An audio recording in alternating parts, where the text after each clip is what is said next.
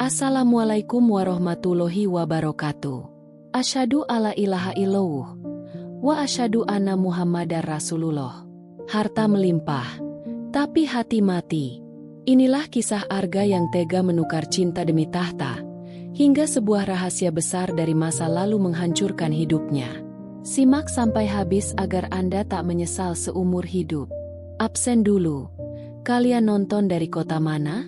Jangan lupa subscribe channel Kisah Pahit Manis. Saya doakan semoga Allah melancarkan rezeki dan urusan Anda yang sudah mendukung channel ini. Mari kita mulai. Arga Pratama berdiri di balik jendela kaca besar di lantai 50. Di bawah sana, kemacetan Jakarta terlihat seperti barisan semut yang tidak berdaya. Arga adalah penguasa gedung ini. Seorang pengusaha yang namanya ditakuti di papan atas bursa saham. Namun, sore itu, genggaman tangannya pada sebuah amplop tua nampak gemetar. Amplop itu berwarna kuning kusam. Di atasnya tertulis nama Arga dengan tinta hitam yang sudah sedikit memudar. Tulisan tangan itu sangat rapi, sangat lembut, dan sangat ia kenali. Itu adalah tulisan tangan Laras. Wanita yang 15 tahun lalu ia tinggalkan di sebuah terminal bus dengan janji palsu akan kembali dalam 1 minggu. Arga tidak pernah kembali. Ia memilih menikahi putri seorang konglomerat demi modal bisnis. Ia memilih melupakan gadis desa yang menunggunya dengan air mata.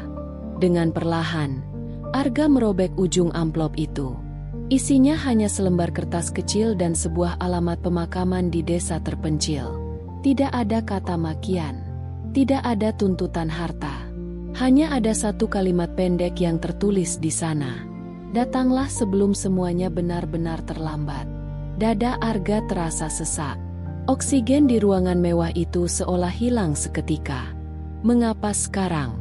Mengapa setelah 15 tahun dia hidup dalam kemewahan yang palsu? Bayang-bayang Laras kembali muncul. Ia segera membatalkan semua rapat pentingnya. Arga mengambil kunci mobilnya dan berlari menuju parkiran tanpa memedulikan tatapan heran para karyawannya. Sepanjang perjalanan, wajah Laras yang tersenyum di bawah pohon Kamboja terus menghantui pikirannya. Arga memacu kendaraannya menembus batas kota. Ia meninggalkan kemewahan kantornya demi sebuah jawaban yang selama ini ia hindari. Namun, di tengah jalan, sebuah perasaan tidak enak mulai merayap di hatinya. Sesuatu yang lebih besar dari sekadar pertemuan kembali sedang menunggunya di ujung jalan setapak desa itu. Ia tidak tahu bahwa perjalanan ini bukan hanya tentang menemui masa lalu, tapi tentang menghadapi dosa besar yang selama ini ia anggap sudah terkubur oleh tumpukan uang. Arga terus memacu mobilnya, sementara langit mulai berubah menjadi jingga kemerahan, seolah memberi pertanda bahwa duka yang sangat mendalam akan segera menyambut kedatangannya. Mobil mewah Arga berhenti tepat di ujung jalan aspal yang pecah. Ia harus melanjutkan perjalanan dengan berjalan kaki menembus rimbunnya pohon bambu yang saling bergesekan. Suara derit bambu itu terdengar seperti rintihan panjang yang menyambut kedatangannya. Arga menarik napas panjang. Udara desa yang dingin mulai menusuk kulitnya yang terbiasa dengan pendingin ruangan kantor. Setelah berjalan beberapa ratus meter, Arga tiba di sebuah pemakaman umum yang sunyi. Hanya ada beberapa gundukan tanah dengan nisan kayu sederhana. Di sudut paling belakang, di bawah pohon Kamboja yang meranggas, ia melihat seorang remaja laki-laki sedang duduk bersimpuh. Remaja itu mengenakan kemeja putih usang yang sudah kekecilan. Langkah kaki Arga terhenti. Jantungnya berdegup kencang saat melihat punggung remaja itu. Ada sesuatu yang sangat akrab dari cara bahu itu bergerak saat si remaja terisak pelan. Arga mendekat dengan ragu. Sepatu kulit mahalnya menginjak dedaunan kering, menciptakan suara gemerisik yang memecah keheningan. Remaja itu menoleh. Arga seolah melihat cermin masa mudanya sendiri. Mata itu, garis rahang itu, semuanya adalah miliknya. Namun, mata remaja itu memancarkan luka yang begitu dalam. Sebuah luka yang tidak seharusnya dimiliki oleh anak seusianya. Remaja itu berdiri perlahan sambil memegang sebuah buku catatan kecil. Arga menelan ludah. Lidahnya terasa keluh untuk sekadar memanggil nama Laras. Matanya kemudian tertuju pada nisan yang ada di depan remaja itu. Di sana tertulis nama Larasati binti Ahmad. Tanggal kematian yang tertera adalah 3 hari yang lalu. Dunia Arga serasa runtuh seketika. Ia datang untuk meminta maaf. Ia datang untuk memberikan uang sebagai tebusan atas tahun-tahun yang hilang. Namun, yang ia duga sebagai pertemuan kembali justru menjadi perpisahan abadi. Laras sudah pergi. Wanita yang ia hianati telah membawa seluruh rahasianya ke dalam liang lahat. Remaja itu menatap Arga dengan tatapan yang sangat dingin. Tidak ada rasa hormat. Tidak ada rasa kagum pada pria berjas mahal di depannya. Remaja itu melangkah mendekat, lalu menyerahkan buku catatan yang sedari tadi ia dekap erat. Suara remaja itu terdengar serak saat ia berkata bahwa ibunya selalu menceritakan tentang seorang pria hebat yang sedang bekerja jauh untuk mereka. Namun, remaja itu berkata bahwa ia tahu ibunya sedang berbohong setiap malam saat menangis diam-diam di dapur. Arga hanya bisa terpaku, memegang buku catatan itu dengan tangan yang mulai mati rasa. Penyesalan yang sesungguhnya baru saja dimulai. Arga duduk di atas sebuah batu besar tidak jauh dari makam yang masih basah itu. Di tangannya, buku catatan lusuh milik Laras terasa lebih berat daripada koper penuh uang yang biasa ia bawa. Dengan tangan bergetar, ia membuka halaman pertama. Di sana tertulis tanggal tepat 1 bulan setelah Arga meninggalkan desa itu 15 tahun yang lalu. Laras menuliskan betapa dia sangat percaya pada janji Arga. Dia menuliskan tentang mual di pagi hari dan rasa bahagia karena sedang mengandung buah cinta mereka. Setiap kata yang tertulis di sana bagaikan hantaman godam yang menghancurkan harga diri Arga. Laras tidak pernah membencinya. Laras justru selalu mendoakan agar Allah memberikan kesuksesan pada Arga di kota besar. Halaman demi halaman dibuka oleh Arga. Cerita berubah menjadi semakin kelam saat memasuki tahun kedua. Laras mulai sakit-sakitan karena bekerja terlalu keras sebagai buruh cuci demi menghidupi Bumi, anak mereka. Ada sebuah tulisan yang membuat napas Arga terhenti. Laras menceritakan bagaimana dia melihat foto Arga di sebuah koran bekas pembungkus nasi. Di foto itu, Arga sedang tersenyum lebar di hari pernikahannya dengan anak orang kaya. Arga memejamkan mata dengan sangat rapat. Air mata yang selama bertahun-tahun tidak pernah jatuh, kini mengalir membasahi pipinya yang kaku.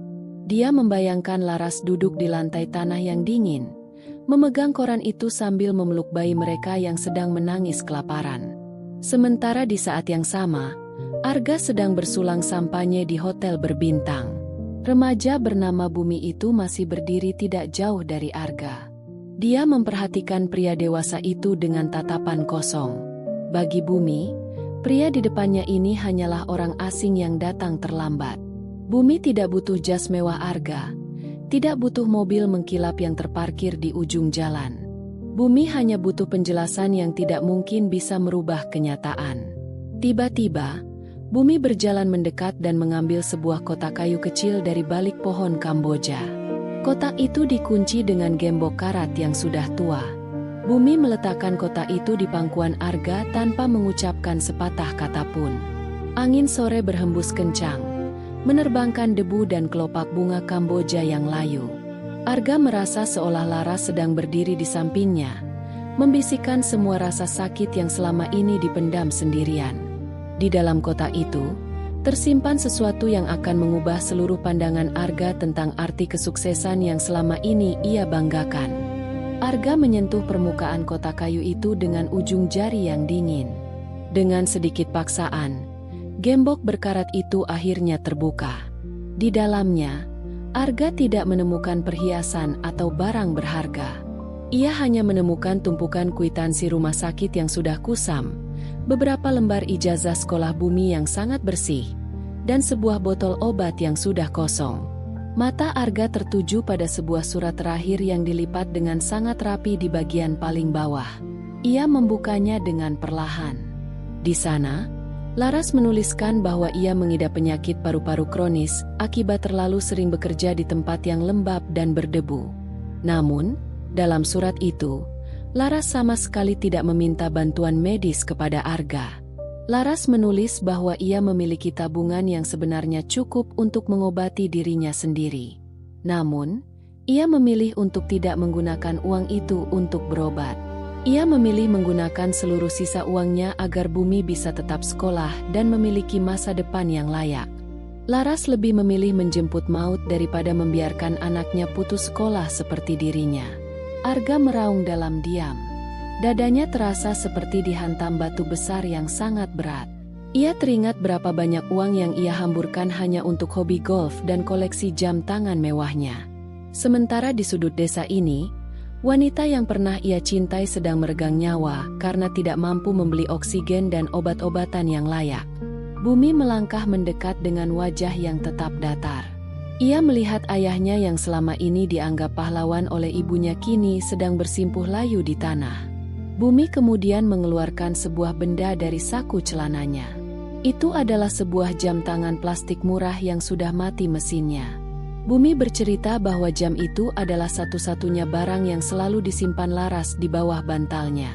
Laras selalu mengatakan bahwa jam itu adalah janji waktu yang akan membawa Arga kembali. Setiap malam, Laras selalu menyetel angka jam itu seolah-olah Arga akan mengetuk pintu rumah mereka keesokan harinya.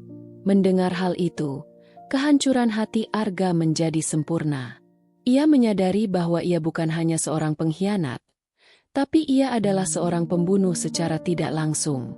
Keegoisannya telah merampas nafas seseorang yang sangat mencintainya. Arga mencoba meraih tangan Bumi, namun remaja itu menarik tangannya dengan cepat seolah-olah kulit Arga adalah api yang sangat panas. Arga berusaha bangkit dari tanah meskipun kakinya terasa lemas. Ia merapikan jasnya yang kini terkena noda tanah makam, lalu menatap Bumi dengan pandangan memohon. Arga ingin memperbaiki semuanya dengan satu-satunya cara yang ia tahu selama ini. Ia mengeluarkan dompet kulitnya, menarik selembar cek, dan menuliskan angka yang sangat besar di sana. Angka yang cukup untuk membeli seluruh desa ini beserta isinya. Arga menyodorkan cek itu kepada Bumi. Ia berkata bahwa Bumi tidak perlu lagi hidup dalam kemiskinan. Ia berjanji akan membawa Bumi ke kota, memberikan pendidikan terbaik, dan menjadikannya ahli waris tunggal dari seluruh kekayaannya. Arga berpikir bahwa dengan uang itu, ia bisa menghapus penderitaan yang telah ia tanam selama belasan tahun. Namun, reaksi Bumi sungguh di luar dugaan.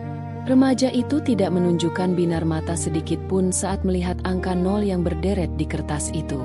Bumi justru mengambil cek itu dengan perlahan, lalu merobeknya menjadi potongan-potongan kecil tepat di depan wajah Arga.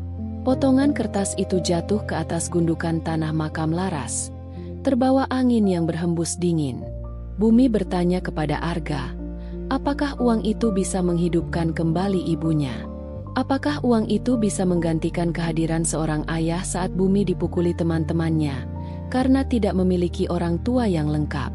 Bumi menegaskan bahwa harga diri ibunya tidak bisa ditukar dengan kertas sampah yang ditawarkan oleh Arga.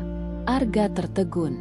Ia merasa kekuasaannya sebagai orang terkaya tidak berguna sama sekali di hadapan anak kandungnya sendiri. Segala pencapaian bisnisnya terasa kosong dan hambar. Ia merasa seperti seorang pengemis yang sedang memohon ampunan, namun pintunya sudah tertutup rapat. Bumi kemudian membalikkan badan, bersiap untuk pergi meninggalkan pemakaman itu. Ia berkata bahwa Allah telah memberikan keadilan dengan caranya sendiri. Arga dibiarkan hidup bergelimang harta, namun hatinya akan selalu dipenjara oleh rasa bersalah sampai ajal menjemputnya. Arga berdiri mematung, melihat punggung anaknya yang semakin menjauh di antara barisan pohon bambu.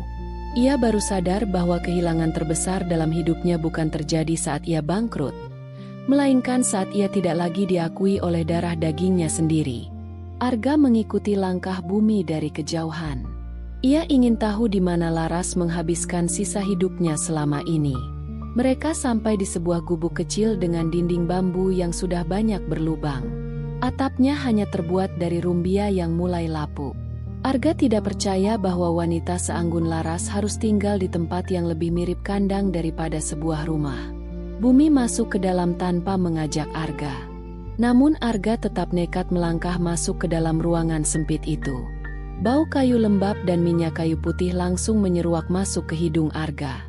Di sudut ruangan, terdapat sebuah balai-balai kayu dengan kasur tipis yang sudah berubah warna menjadi kusam.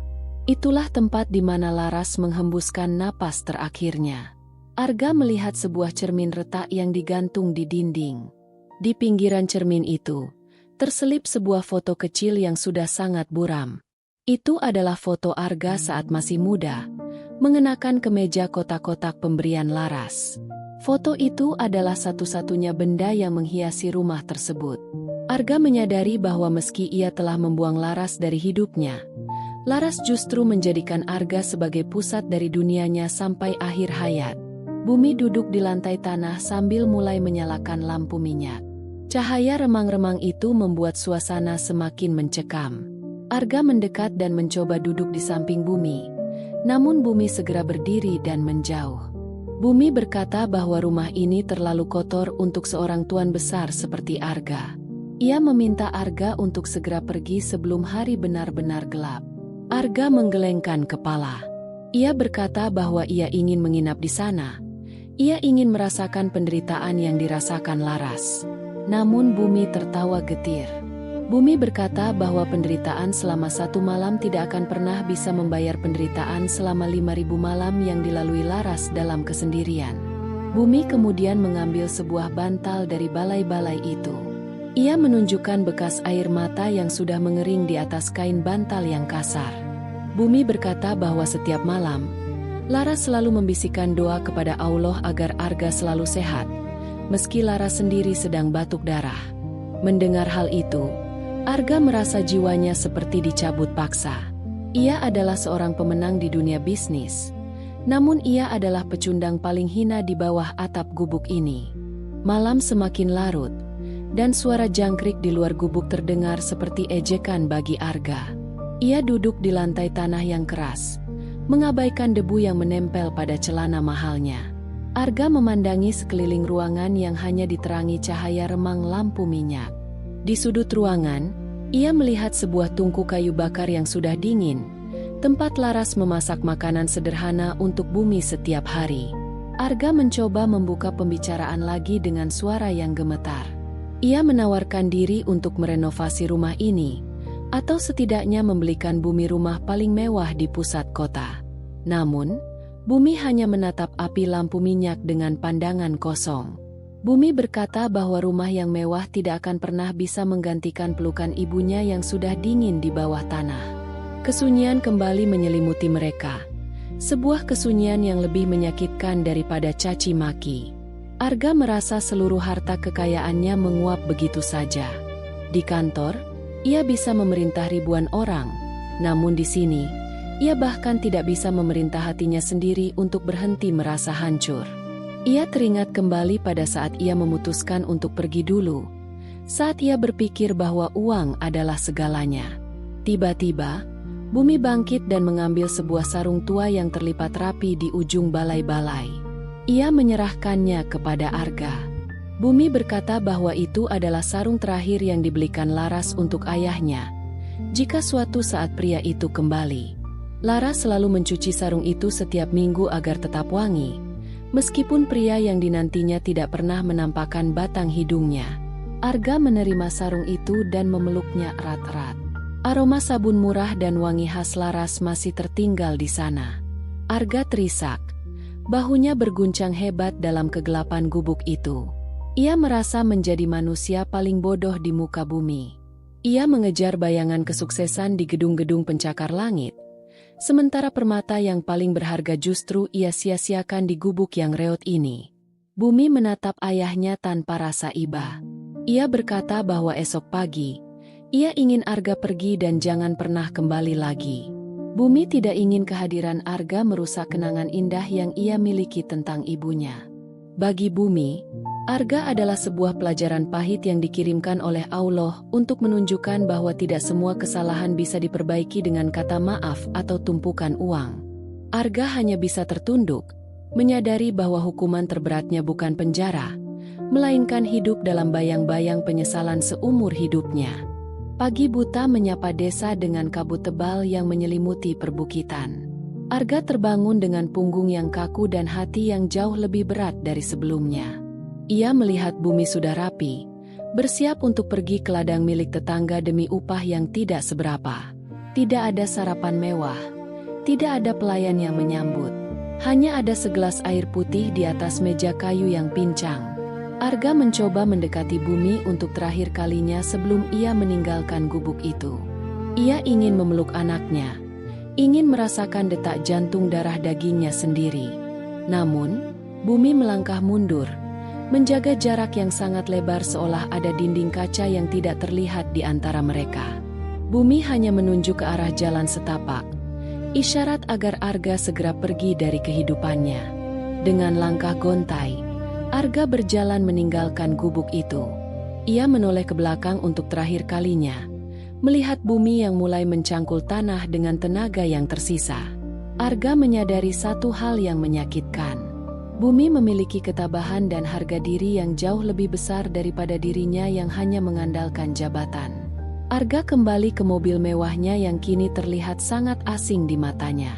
Saat ia menyalakan mesin, suara mesin yang halus itu terdengar seperti jeritan ribuan kenangan pahit.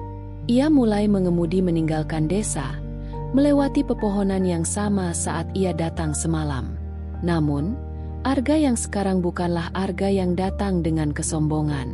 Di tengah perjalanan, Arga berhenti di pinggir jalan yang sepi. Ia memukul setir mobilnya berkali-kali hingga tangannya memerah. Ia berteriak di dalam mobil yang kedap suara itu, memanggil nama Laras dengan penuh keputusasaan. Ia memohon kepada Allah agar waktu bisa diputar kembali, hanya untuk 1 jam saja, agar ia bisa bersujud di kaki Laras dan meminta ampun. Namun, jalan raya di depannya tetap membentang bisu. Langit mulai cerah, tapi dunia Arga tetap gelap. Ia harus kembali ke kotanya, kembali ke kantor megahnya, dan kembali ke istrinya yang ia nikahi karena kontrak bisnis. Namun ia tahu, mulai detik ini, semua kemewahan itu hanyalah tumpukan sampah yang tidak berharga. Arga Pratama telah kehilangan segalanya di saat ia mengira telah memiliki segalanya. Penyesalan itu kini menjadi bayangan yang akan selalu mengikutinya, kemanapun ia pergi, sampai nafas terakhirnya terhenti. Arga memasuki lobi kantornya dengan langkah yang tidak lagi tegap. Para karyawan membungkuk hormat, namun Arga tidak melihat mereka. Ia merasa seperti berjalan di antara barisan nisan yang dingin. Saat ia sampai di ruang kerjanya yang luas dan mewah, ia segera mengunci pintu dari dalam. Ia duduk di kursi kebesarannya, namun kursi itu kini terasa sangat keras dan menyiksa. Ia memandangi foto pernikahannya dengan istrinya yang sekarang, seorang wanita sosialita yang hanya peduli pada pesta dan merek pakaian. Di foto itu, mereka nampak sempurna, namun Arga tahu bahwa tidak ada cinta di sana. Rumah tangga mereka hanya dibangun di atas tumpukan saham dan perjanjian notaris. Arga baru menyadari bahwa selama 15 tahun ini, ia tinggal di dalam sebuah istana yang sebenarnya adalah penjara bagi jiwanya. Arga membuka laci meja kerjanya dan mengeluarkan semua dokumen aset yang ia miliki. Rumah di kawasan elit, apartemen di luar negeri, hingga koleksi mobil sport yang harganya ratusan miliar. Ia menatap semua itu dengan rasa mual. Semua kertas itu tidak mampu membelikannya 1 menit saja untuk melihat senyum Laras, atau sekadar mendapatkan izin dari bumi untuk memanggilnya anak. Tiba-tiba, telepon kantornya berdering. Itu adalah istrinya yang menanyakan tentang pesta amal yang akan mereka hadiri malam nanti. Arga hanya menjawab dengan gumaman pendek lalu menutup teleponnya. Ia tidak lagi peduli pada citra publik atau status sosial. Pikirannya kembali ke gubuk reot di desa itu, di mana seorang remaja laki-laki sedang bekerja keras tanpa sedikit pun mengharapkan belas kasih darinya. Arga kemudian mengambil sebuah pena dan selembar kertas kosong. Ia tidak menulis strategi bisnis atau kontrak kerjasama. Ia mulai menuliskan pengakuan dosa. Ia menuliskan bagaimana ia telah membohongi dunia dengan topeng kesuksesannya. Ia merasa bahwa Allah sedang menelanjangi semua kesombongannya dengan cara yang paling halus namun mematikan, yaitu melalui kesepian di tengah keramaian. Ia menyadari bahwa harta yang ia kumpulkan dengan cara menginjak hati orang lain tidak akan pernah membawa keberkahan. Arga menatap keluar jendela, ke arah langit yang mulai mendung. Ia tahu bahwa mulai hari ini, sisa hidupnya akan ia gunakan untuk mencari penebusan. Meski ia tahu bahwa luka yang ia goreskan di hati bumi mungkin tidak akan pernah bisa sembuh sepenuhnya. Arga kini terjepit di antara dua dunia. Dunia yang ia bangun dengan kebohongan, dan dunia yang ia hancurkan dengan keegoisan. Arga akhirnya mengambil keputusan besar yang mengejutkan seluruh dewan direksi perusahaan miliknya. Ia mengundurkan diri dan menyerahkan sebagian besar sahamnya kepada yayasan sosial untuk anak yatim piatu. Ia meninggalkan kehidupan jet set yang selama ini ia puja. Arga menyadari bahwa tidak ada gunanya memiliki dunia jika jiwanya sudah hancur lebur. Ia kembali ke desa itu dengan pakaian yang jauh lebih sederhana. Kali ini, ia tidak datang dengan mobil mewah, melainkan dengan bus umum. Sama seperti saat ia pertama kali datang sebagai mahasiswa dulu. Arga membeli sebidang tanah kecil di dekat pemakaman Laras. Ia membangun sebuah rumah singgah bagi anak-anak kurang mampu di desa itu, tanpa pernah mencantumkan namanya di dinding bangunan tersebut.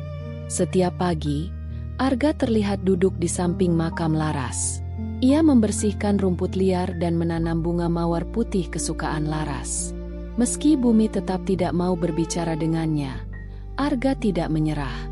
Ia mengirimkan biaya pendidikan bumi secara anonim melalui perantara kepala desa, memastikan bahwa darah dagingnya itu bisa meraih mimpi yang dulu sempat terhambat karena kemiskinan.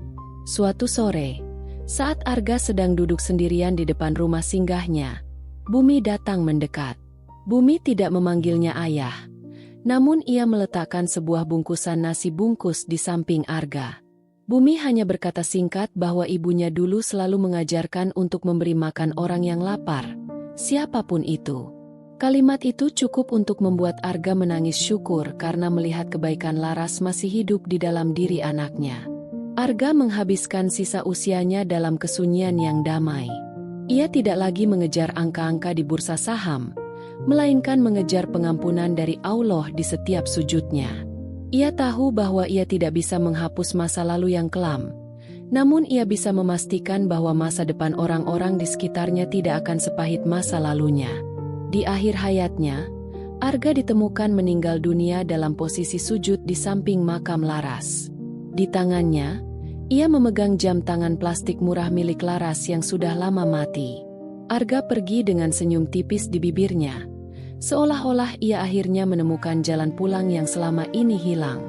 Kisah Arga menjadi pelajaran pahit bagi siapapun yang mendengarnya, bahwa kesuksesan tanpa kemanusiaan hanyalah sebuah kebohongan besar yang akan berakhir dengan penyesalan seumur hidup.